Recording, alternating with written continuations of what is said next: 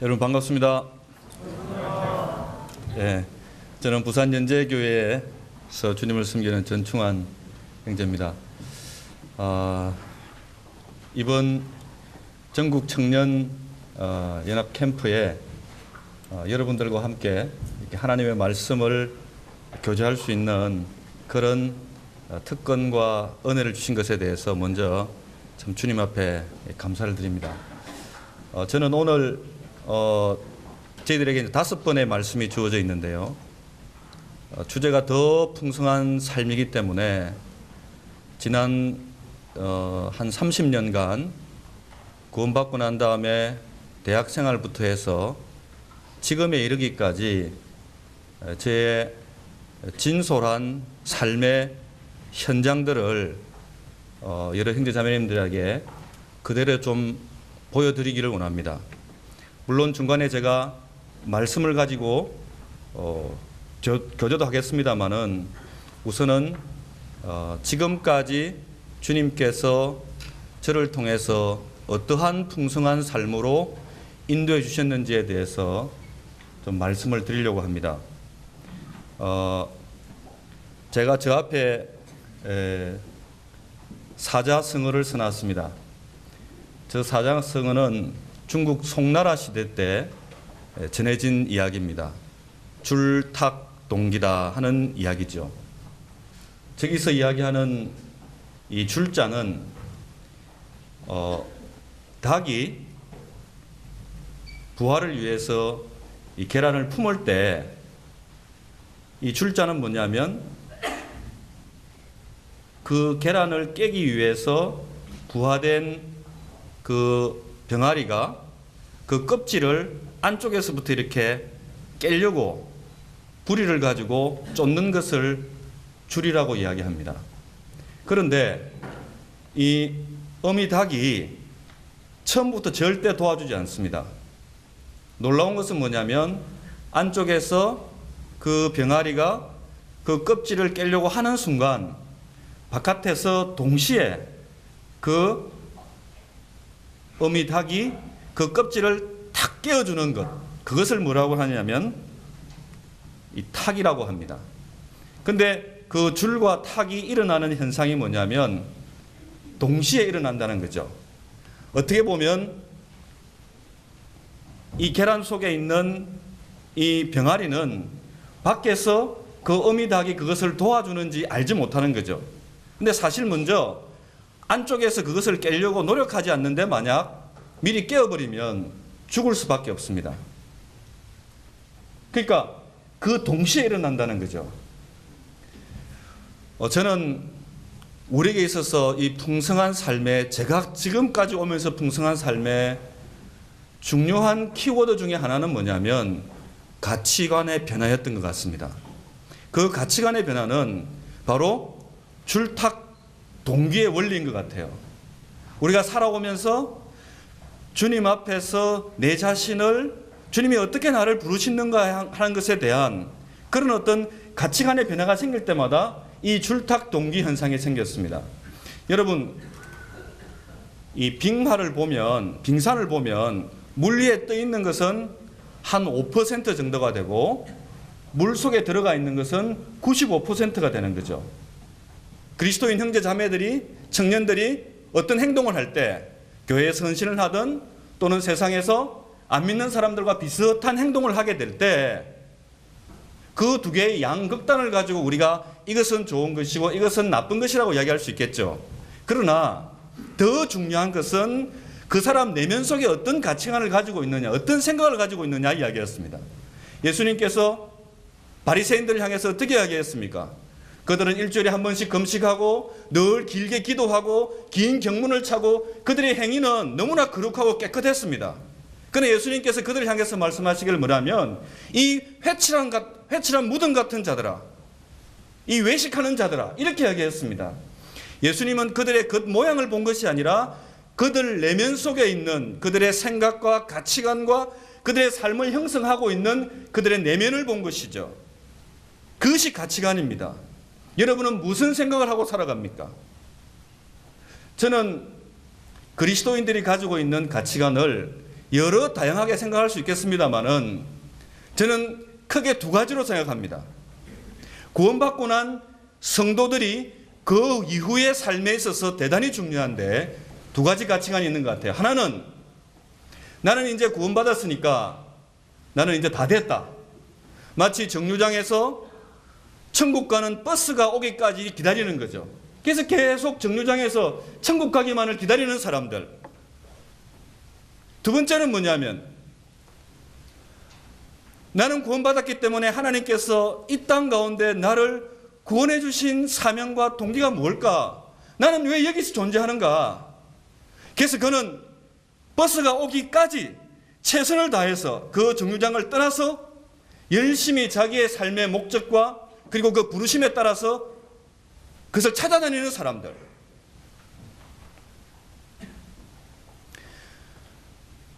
모든 생물들은 성장합니다. 특별히 이 곤충류 같은 경우를 보면 허물을 벗죠. 겁질을 벗습니다. 이 겁질을 만약 벗지 못하면 이 성장하는 것을 바깥에서 잡고 있기 때문에 그것은 죽을 수밖에 없습니다. 성장하기 위해서는 허물을 벗고 겁질을 벗는 것입니다. 우리가 사도행전에 보면 우리 주님께서 너에게 성령이 임하시면 예루살렘과 유대와 사마리아와 온 땅끝까지 이르러 내 증인이 되리라 그랬습니다. 그러나 그 당시 예루살렘에 있는 형제들은 어떻게 생각했습니까? 복음이 유대인들만을 위한 것이고 복음은 예루살렘 안에서만 정체되어 있었습니다. 우리는 사도행전 9장과 사도행전 10장을 통해서 이 줄탁 동기와 같이 자기가 가지고 있는 그 가치관, 기존적인 생각이 부서지는 두 사람을 보게 됩니다. 사도행전 9장에서는 사도 바울이라는 사람이 나옵니다. 그는 하나님을 위해서 교회를 핍박하는 것을 마치 하나님을 위한 것으로 착각했었습니다. 그는 예수 믿는 사람들을 갖다가 핍박하기 위해서 다마섹까지 쫓아갔습니다. 그런데 그때 주님께서 사막에서 환상 가운데 바울에게 나타나서는 바울아 바울아 네가 왜 나를 핍박하느냐 그랬습니다. 주님은 바울이 핍박하고 있는 그 성도들의 고통과 그 고난을 주님 자신에 대한 것으로 받아들였었어요. 그때 어떤 현상이 일어났습니까? 바울의 눈에서 비늘 같은 것이 떨어졌다 그랬습니다. 우리 눈에서 살아가는 가운데 수십 번에 우리가 새로운 눈을 뜨는 하나님 나라에 대한 새로운 시각을 가지는 이 줄탁 동기와 같은 그와 같은 벗겨짐의 현상이 필요한 것입니다. 저는 구원받은 것으로 저는 끝나지 않았습니다. 구원받고 난 다음에 30년의 세월을 살아오는 동안 끊임없이 제 눈에서 뭔가가 벗겨지는 같은 새로운 하나님의 나라를 만나게 되는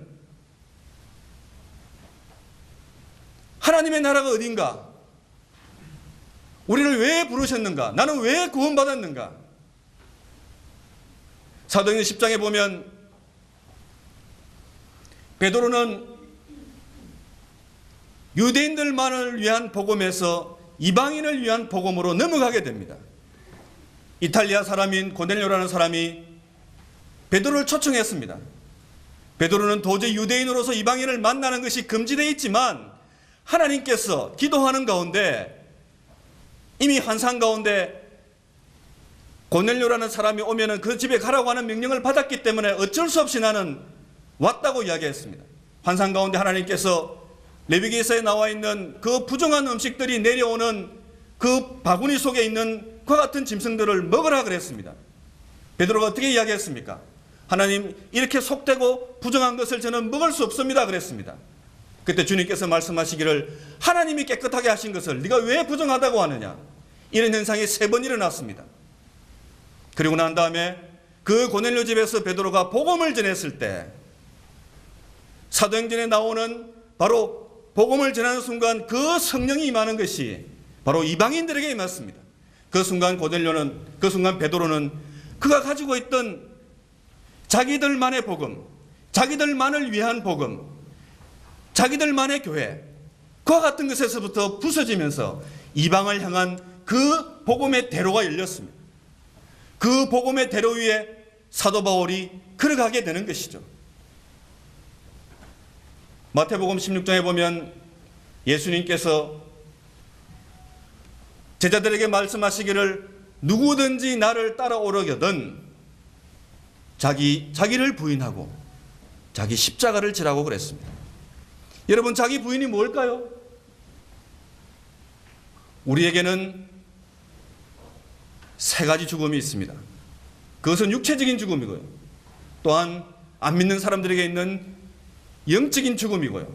세 번째는 우리 자아의 죽음입니다.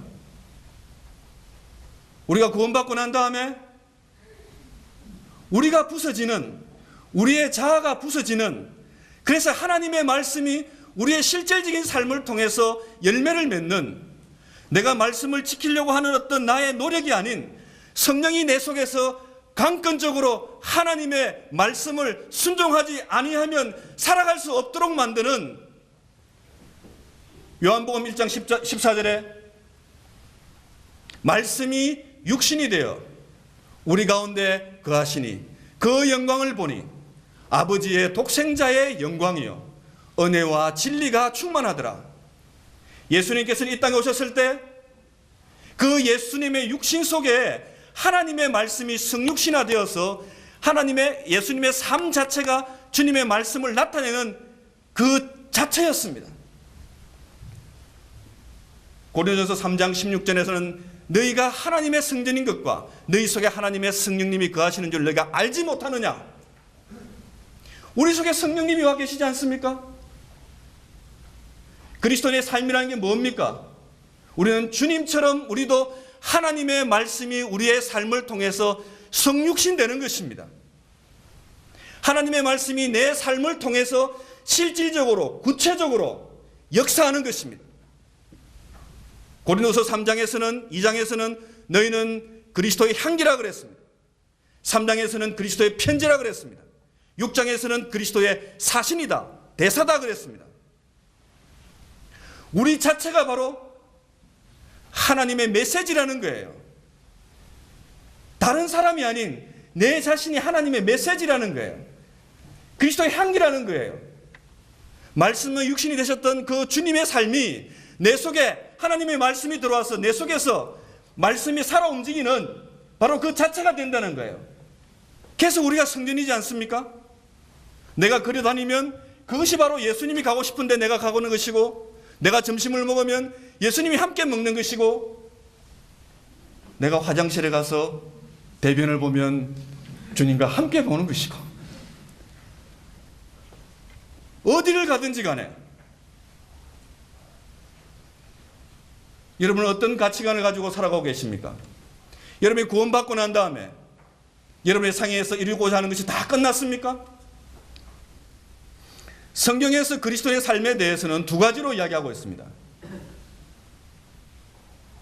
너희가 그 은혜를 인하여 믿음으로 말미암아 구원을 얻었나니 이것이 너에게서 난 것이 아니요 하나님의 선물이라. 이는 누구든지 자랑치 못하게 하려 함이라. 우리는 구원받았습니다. 우리는 죄로부터, 그리고 이 세상으로부터 우리는 확실하게 거듭난, 구별된 그와 같은 그리스도인입니다. 그러나 요한복음 17장에 보면 주님께서는 아버지께서 나를 세상에 보내신 것처럼 나도 너희를 세상에 보냈다고 이야기하고 있습니다. 우리는 두 가지 이중적인 부르심이 있죠. 하나는 뭡니까? 우리는 세상에서부터 우리는 하나님의 나라로 그리스도인으로 부름받았습니다. 그런데 여기서 끝난 게 아니죠. 이 첫 번째 구원입니다. 두 번째는 뭡니까? 우리를 다시 세상으로 내보낸 겁니다. 여러분, 격리와 분리를 아십니까? 격리와 구별을 아십니까? 여러분, 세상과 여러분 격리되어 있습니까? 안 그러면 세상과 구별되어 있습니까? 많은 사람들이 그리스도인이 세상으로부터 격리되고 분리되는 것으로 생각하는데 그렇지 않습니다. 우리는 세상 가운데 살면서 세상과 구별된 삶을 살아가는 거예요. 우리는 세상의 중심에 서 있습니다. 우리는 세상의 중심에 서 있기 때문에 고난과 환난과 세상의 많은 영향력들을 받고 살아가고 있습니다. 우리 힘으로는 견딜 수 없는 거예요. 이길 수 없는 것입니다. 그래서 하나님께서는 우리 속에 성령을 주시고 우리로 하여금 말할 수 없는 하나님의 놀라운 이 샘물을 세상 가운데 공급하도록 하신 거예요. 요한복음 4장에 보면 바로 사마리아 우물가에 있는 그 여인이 그 12시에 한낮에 물을 기르러 왔습니다. 그러면서 주님이 오시니까 주님께 물을 구했습니다. 그때 주님이 무슨 말씀하셨습니까? 이 물을 먹는 자마다 다시 목마르려니와 내가 주는 물을 먹는 자는 영원히 목마르지 아니하리니 이는 내 속에 영원히 샘솟는 뭐라고요? 샘물이 되리라 그랬습니다. 그건 성령을 두고 하신 이야기입니다. 여러분 목마르십니까? 주님은 말씀 가운데 우리 속에 차고 넘치는 놀라운 성령을 주신다 그랬어요. 부산에 가보면요, 제가 부산 연제교회 있지 않습니까? 제가 근무하고 있는 부산대학에는 뒤에 이 금정산이라는 산이 있는데요, 저는 일주일에 한 번씩 꼭 시간을 내서 그 산에 이렇게 등산을 합니다. 등산을 해보면 한 두세 군데 정도의 아주 좋은 샘물이 있습니다. 집에 가면 수도꼭지만 틀어도 아주 깨끗한 물이 많이 나오지만 수많은 사람들이 물통을 들고 그 산 위에 그 물을 얻기 위해서 올라옵니다. 왜 그렇습니까? 그곳에 바로 샘물이 있기 때문입니다. 우리는 세상 가운데 마치 이스라엘 백성들이 광야 생활 가운데 물이 없음으로 말미암아 목말랐을 때 주님께서 모세를 통하여 그 반석을 명하여 물을 낸 것처럼 우리를 세상 곳곳에 목마른 사람들에게 그 생수를 제공하기 위해서 우리 그리스도인들을 온 사방에 퍼쳐놓은 거예요. 우리 자신들이 세상 사람들에게 샘물을 공급해야 되는 근원이 되는 것입니다. 창세기 12장에 보면 하나님께서 아브라함을 부르실 때 뭐라고 말씀하셨습니까? 내가 너를 통해서 큰 민족을 이루고 너로 하여금 장대케 하리니 너는 세상 사람들에게 복의 근원이 될 거다 그랬습니다. 네가 축복하는 사람들에게는 복을 주고 네가 저주하는 사람들에게는 저주가 아닌 이 말이니 바로 너는 온 민족의 복이 될 것이다. 여러분, 우리 대단한 사람입니다. 여러분이 있기 때문에 여러분의 학교와 직장과 여러분이 있는 곳이 복을 받는 거예요. 사람들은 그걸 알지 못합니다. 사람들은 눈에 보이는 것으로만 판단합니다. 그렇지만 우리는 하나님의 시각으로 보면 놀라운 특권이 우리들에게 주어져 있는 거예요.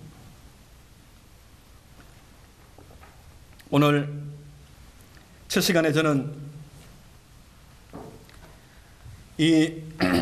이번에 한 5가지 정도의 이야기를 하려고 합니다.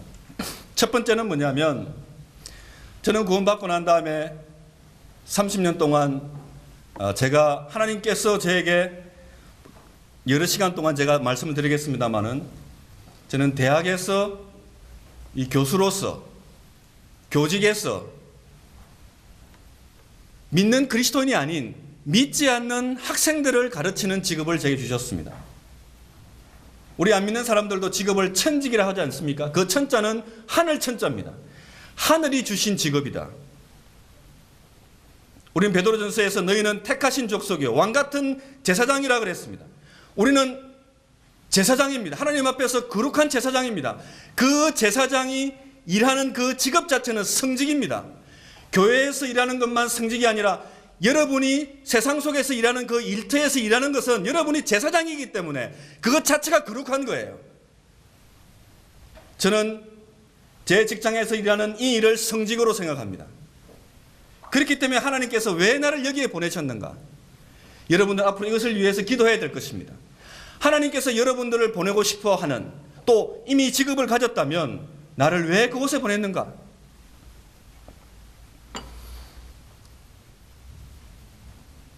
두 번째는 이 일터에서 그냥 저는 일만 하고 밥만 먹는 그런 사람이 아니라 이곳에서 하나님의 나라를 확산시키는 것이 제 사명이라고 생각합니다. 여러분, 저는 1981년도에 대학을 들어갔는데요. 그 당시 대학은 군사정권 하에서 엄청난 격동기를 겪었습니다. 그때 이 대학 캠퍼스는 노동운동의 아지트였습니다. 저는 대학교 1학년, 2학년 동안 오후 8시부터 새벽 2시까지 야학 교사를 했습니다.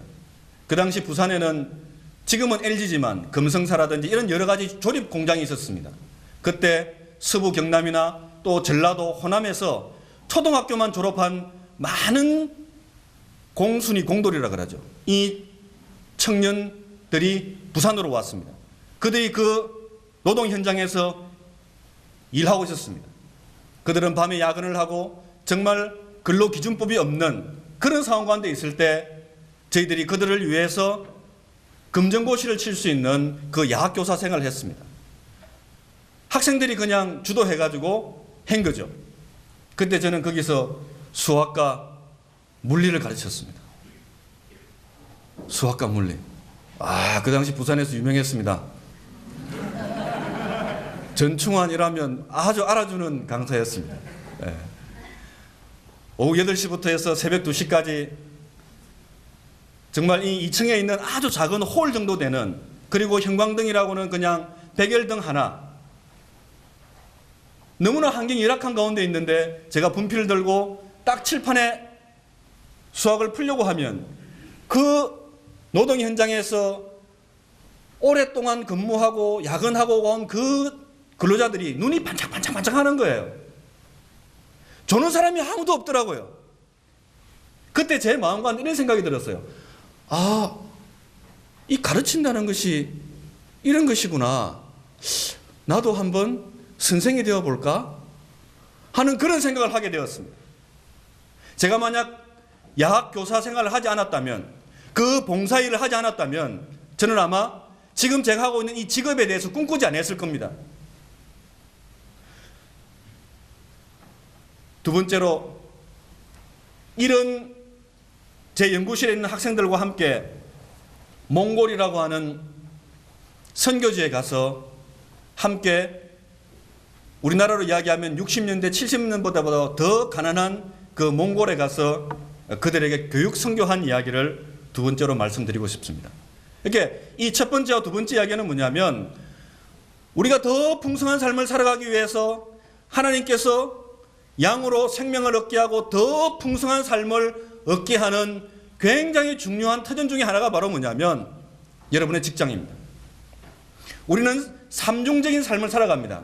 그리스도인이기 때문에 우리는 분명한 교회 중심적인 삶을 살아갑니다. 그러나 여러분이 교회에 가는 것은 일주일에 몇 번이나 됩니까? 여러분이 보이는 것은 5%밖에 안 된다 그랬죠. 보이지 않는 95%가 여러분 어디서 생활합니까? 그건 바로 직장입니다. 두 번째가 어디입니까? 가정입니다. 가정. 많은 사람들이 교회에 대해서 이야기하지만 보이지 않는 95%에 대해서 이야기하지 않고 있기 때문에 오늘 저는 특별히 이번 이 청년 캠프를 통해서는 숨겨져 있는 95%에 대해서 이야기할 겁니다. 드러나 있는 5%에 대해서는 여러분 지역교회 가서 얼마든지 많이 들을 수 있기 때문에 저는 95%의 물 밑에 잠겨 있는 이야기. 그래서 첫 번째와 두 번째가 바로 직장입니다. 여러분 학생이라는 것은, 대학생이라고 하면 여러분 지금 4년 내지 7년, 8년, 길게는 석박사 과정을 하게 되면 10년 이상을 하게 되는 여러분의 이 학교가 일터입니다. 일터. 그걸 단순히 스쳐 지나가는 어떤 곳으로 생각하면 안 됩니다. 하나님께서 여러분을 부르셔서 그곳에 여러분을 일꾼으로 세운 거예요. 월, 화, 수, 목, 금, 주 5일 동안 여러분 거기서 일꾼으로 일하고 있는 거예요. 어떤 사명을 받으셨습니까? 그것을 바로 첫 번째, 두 번째에서 이야기할 겁니다. 세 번째는 뭐냐? 가정입니다. 여러분 가정은 그냥 아름다운 자매와 건강한 형제가 만나서 그냥 둘이 살면 되겠죠. 살면 됩니다. 그런데 가정은 모든 것의 기초입니다. 우리는 에베소서에서 교회의 원리를 이야기할 때 부부관계를 이야기하고 있습니다. 형제들을 향해서 그리스도께서 교회를 위하여 자기의 목숨을 버린 것처럼 아내 사랑을 말하고 있습니다. 아내에 대해서는 교회가 그리스도께 순종하듯이 남편에게 순종할 것을 이야기하고 있습니다. 교회를 이야기하면서 가정을 이야기하고 있어요. 여러분, 교회가 연약해진 이유는 가정이 약해졌기 때문입니다. 여러분 형제자매님들이 모든 축복의 근원이 어디서부터 오느냐? 가정에서 오는 거예요. 결혼 생활을 통해서 오는 거예요. 그뿐만 아니라 그 결혼 생활을 통해서 나타나는 자녀들이 미래의 여러분입니다. 아브라함과 야곱과 이삭의 하나님이라고 그랬지 않습니까? 아브라함의 아들 야곱, 야곱의 아들 이삭, 이 3대에 걸쳐서 하나님은 죽은 하나님이 아니라 살아계신 하나님이라고 그랬습니다. 여러분 결혼하지 않았지만 여러분 지금 이 허리에 여러분의 자녀들이 있단 말이에요. 미래의 이 한국 교회를 짊어질 50년 뒤, 100년 뒤에 교회의 장로들과 일꾼들과 복음 전하는 사람들이 여러분의 태중에 있단 말이에요. 그 태가 어디서부터 나느냐? 가정에서부터 난단 말이에요. 여러분의 한국 교회의 미래이고 여러분의 이 지역 사회의 미래이고 이 세상의 빛과 소금인 거예요. 여러분이 소망인 거예요. 그것이 어디냐? 가정입니다. 가정. 여러분의 결혼은 단순한 결혼이 아닙니다. 그것은 하나님께서 우리에게 주신 그 소명을 이루는 거죠. 그 세 번째 이야기를 좀 하려고 합니다. 그 다음에 네 번째, 다섯 번째 시간은 제가 처음에 이야기했던 이 가치관에 대해서. 우리는 청직입니다. 청직이라는 게 뭐겠습니까? 청직은 자기 소유가 없어요. 청직의 원리는 자유 소유가 없어요. 다 뭡니까? 관리자입니다. 관리자. 관리자. 네. 우리 같이 소리 내어 한번 외쳐봅시다. 나는 하나님의 청직이다. 내 소유는 전혀 없다. 모든 것에 대해서 하나님의 것을 관리하는 관리자다. 내 청춘도, 내 물질도, 내 시간도, 내 열정도 나의 것이 아니다. 마태복음 25장에 보면 세 가지 비유가 나오는데 그게 달란트 비유가 나옵니다. 한 달란트, 세 달란트, 5달란트입니다. 한 달란트는 6,000데나리온이에요. 한 사람의 품꾼의 하루 그 가격이 한 데나리온이니까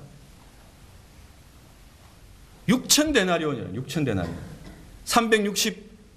1년에 한 300일 정도 일한다 생각하면 20년치의 연봉을 한꺼번에 받은 거예요.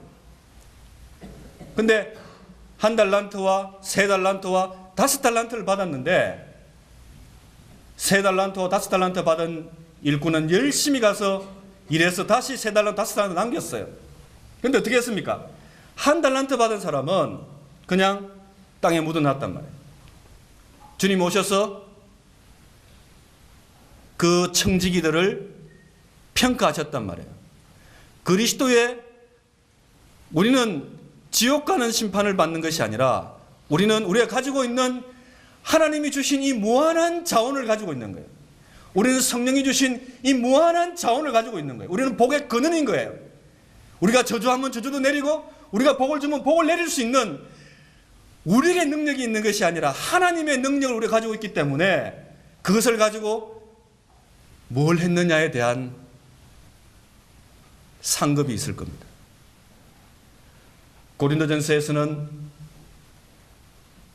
그것을 말씀하시기를 풀과 집과 나무로 집을 짓는데 또는 금과 은으로 짓는다 사람이 있다 그랬어요. 그래서 그 공력이 나타나서 마지막에 불 태울 때 집이나 나무는 다 타 없어버리고 오직 뭐가 남았습니까? 변하지 아니할 것으로. 우리가 살아가면서 우리가 하고 있는 모든 주님을 위한 행위 속에 만약 우리 자신의 의를 나타내기 위해서 우리의 영광을 위해서 하게 된다면 그것은 아무리 위대한 일이라 할지라도 그것은 마치 나무나 지푸를 것 같을 것입니다. 그러므로 이 청지기의 일이 얼마나 중요하냐 이거죠. 사실은 그리스도인의 행복의 승패는 바로 여기에 있습니다. 우리가 가지고 있는 모든 자원을 하나님이 원하시는 방법과 장소에 나를 통해서 그대로 사용할 수 있느냐는 거죠.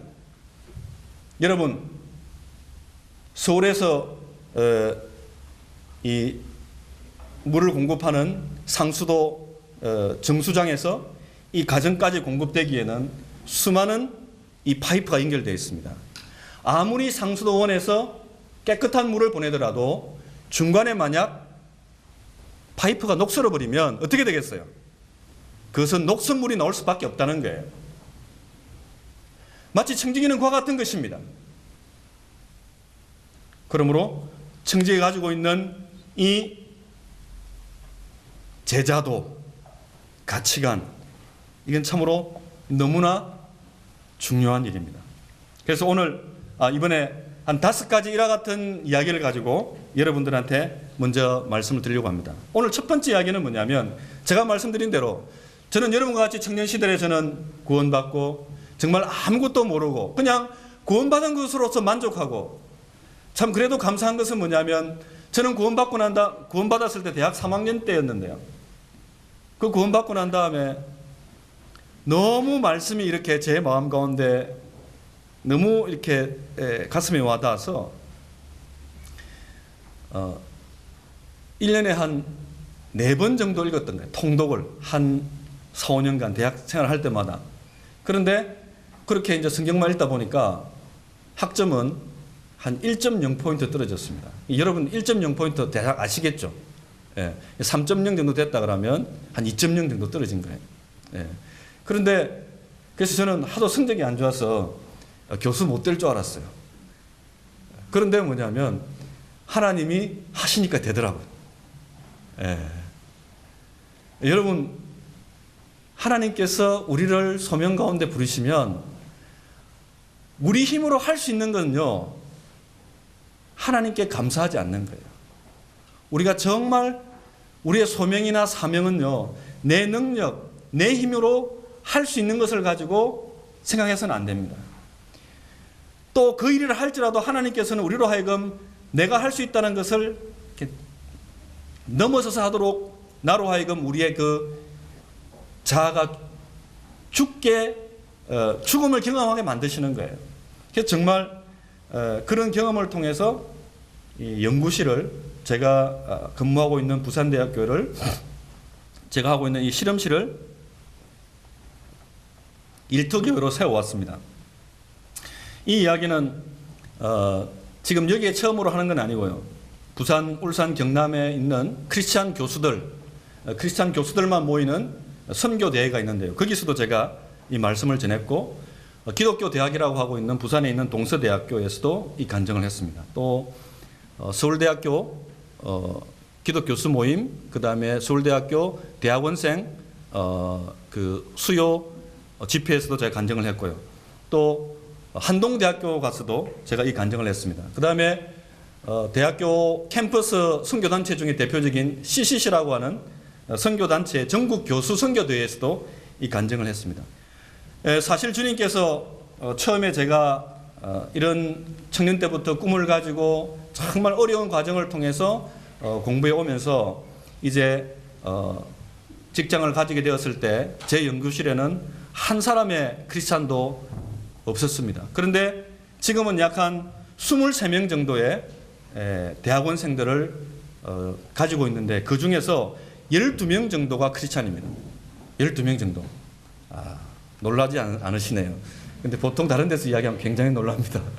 그런데 거기 보면 지금 제가 하고 있는 연구실은 규모가 좀 큰 연구실입니다. 그래서 이미 박사 학위를 가지고 있는 분들도 함께 저와 일하고 있습니다. 그래서 김규보 박사나 이병화 박사는 내비게이터 출신인데요.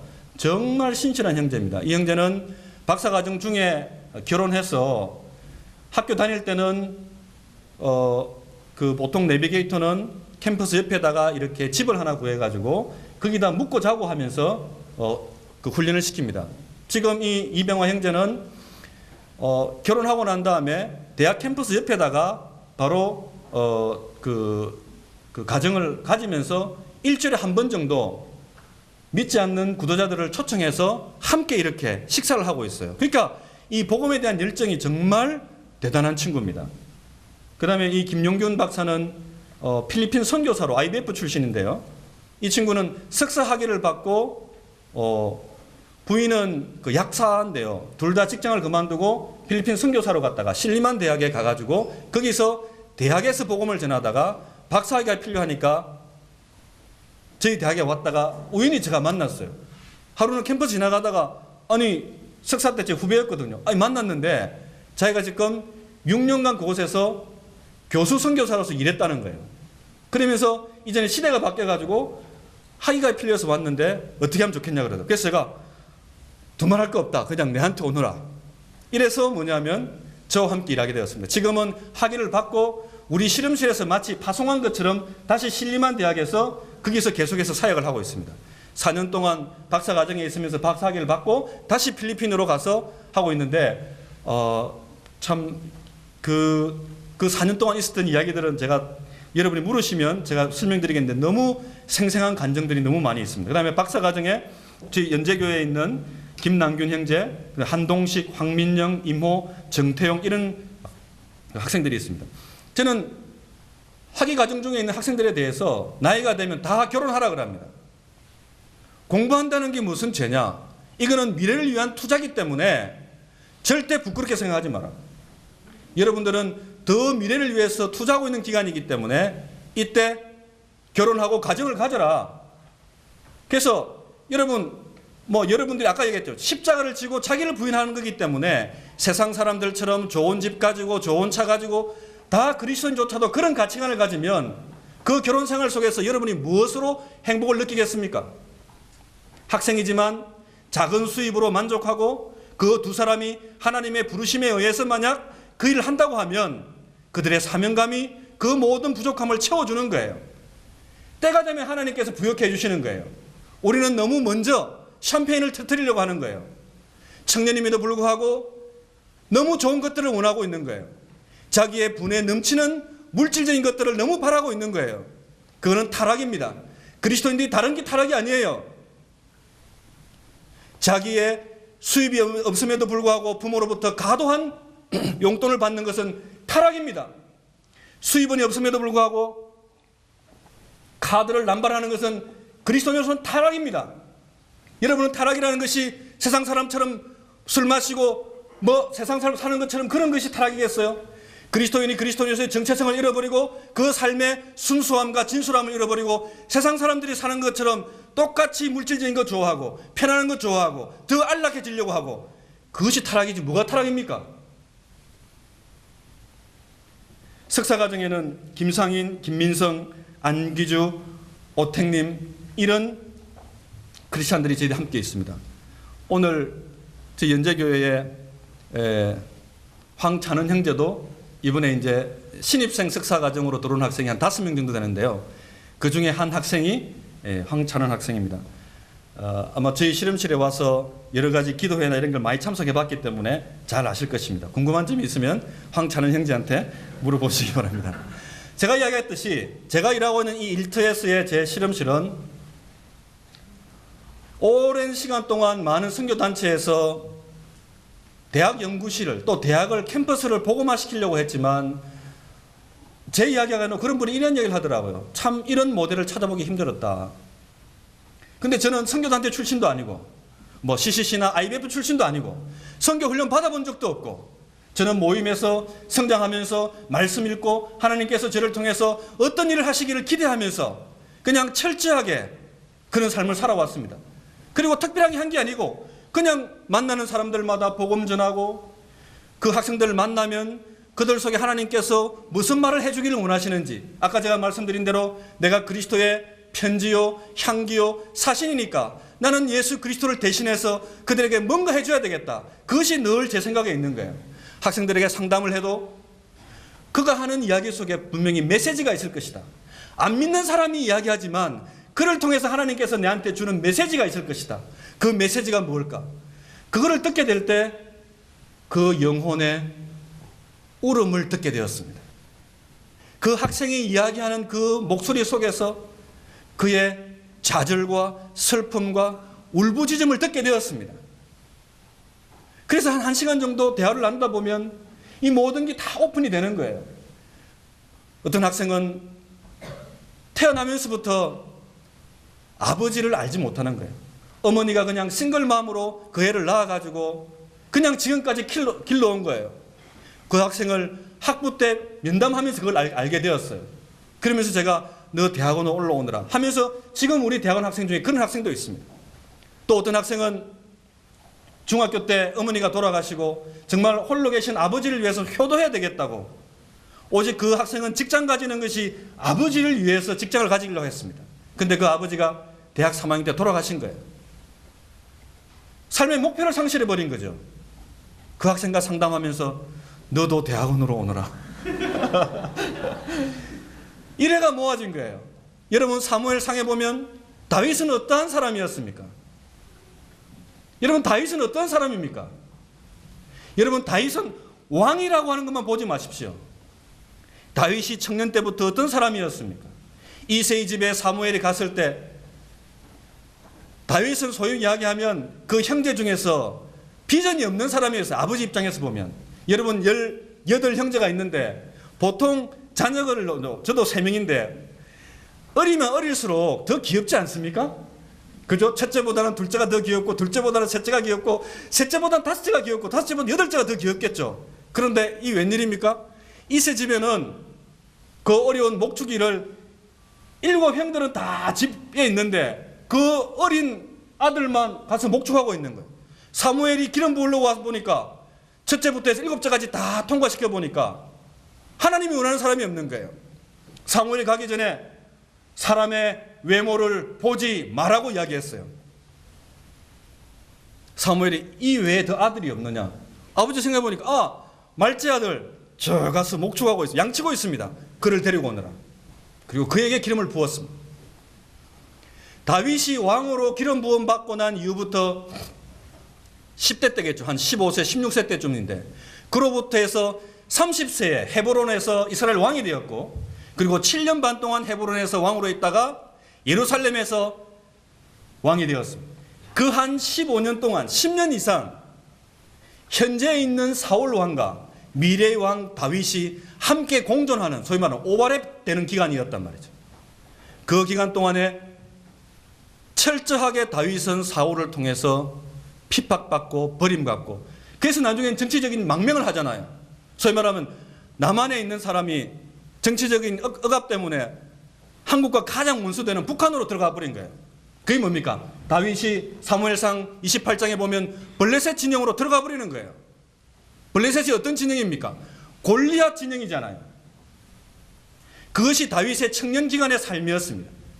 그 청년 기간 동안 다윗과 함께 했던 사람들, 사무엘상 22장에 보면 400명이었어요.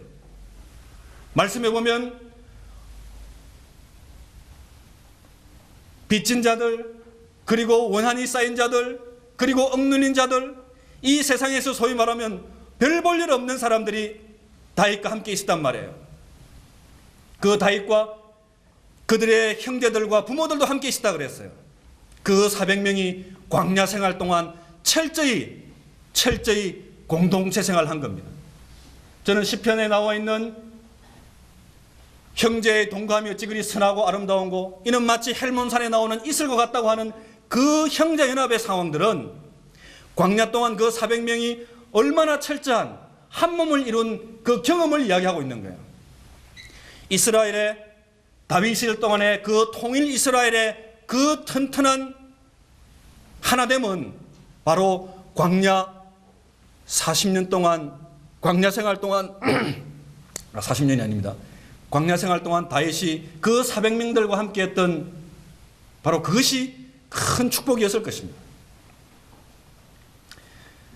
그래서 이런 학생들과 함께 공동체를 이루고 함께 살아가면서 이것이 교회이기 때문에 저는 실험실이라고 이야기하지 않고 이것은 일터교회다. 내 직장의 교회다.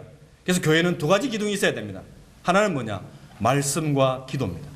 그래서 저희들은 매주 월요일마다 월요일 아침 9시 반이 되면 모든 실험실인들이 다 모여서 저를 통해서 메시지를 듣습니다. 이것은 회의죠. 아마 학생들이 생각할 때는 회의일지 몰라도 저는 이 시간을 말씀 시간으로 생각합니다. 이 시간 동안에 저는 그냥 훈계가 아닙니다. 성경에 나와 있는 하나님의 말씀을 이 시대의 젊은이들의 마음에 통할 수 있는, 그들의 마음에 받아들일 수 있는 언어로 바꾸어서 그들에게 메시지를 전하는 시간이죠. 그 속에는 저는 그들의 가치관에 대한 진지한 질문을 합니다. 너희는 왜 여기 와 있느냐? 왜 부모님들로부터 돈 받아가면서, 그리고 직장 가질 수 있지만 왜 대학원에 와서 이곳에서 왜 공부하고 있는지를 심각하게 질문합니다.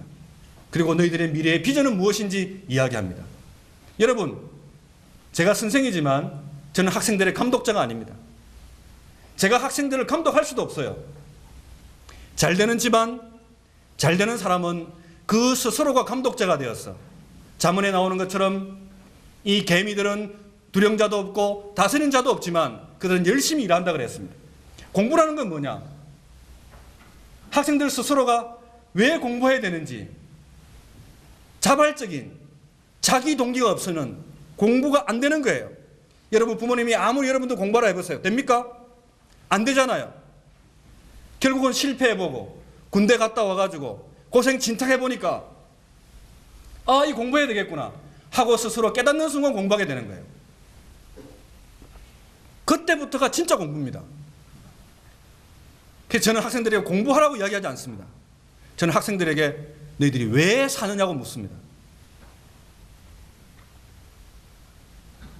이 전문성이라고 하는 것은, 직장에서 가지고 있는 이 전문성이라고 하는 것은 이 영성이라고 하는 그릇 위에 담겨지는 거예요. 여러분은 이 세상에 살아가면서 세상 사람과 경쟁해서 살아가야 됩니다. 그 경쟁은 바로 전문적인 경쟁입니다. 이 전문성은 영적인 그릇 속에 담겨져 있는 거예요. 여러분이 하나님 앞에서 여러분의 소명과 사명을 깨닫지 못하면 이 전문성을 담을 수 있는 그릇이 없는 거예요. 그럼 이게 분리되는 거죠. 그럼 뭐예요? 교회 생활 따로, 직장 생활 따로. 직장에 와도 안 믿는 사람하고 똑같이 생각하는 거예요. 내가 그리스도인이라는 걸 나타내는 걸 두려워하는 거예요. 그리고 그리스도인들과의 관계 속에서도 항상 충돌되고 분리된단 말이에요. 그러니까 우리가 가지고 있는 우리의 삶에 대한 정체성, 이 미래에 대한 가치관이 대단히 중요한 것입니다. 그래서 저는 이 시간 동안에 매주 1시간씩 이렇게 전하는데 마치 이슬비에 옷이 젖듯이 학생들이 한 2년 동안 내 이야기를 들으면요, 마취가 돼요. 마취가 돼가지고 나중에는 한 2년쯤 지나면 이 시간에 그냥 메시지를 바로 전해도 안 믿는 학생들도 당연히 그렇습니다 하고 이렇게 고개를 끄덕입니다. 진짜예요. 우리 황찬 형제 물어보세요. 예.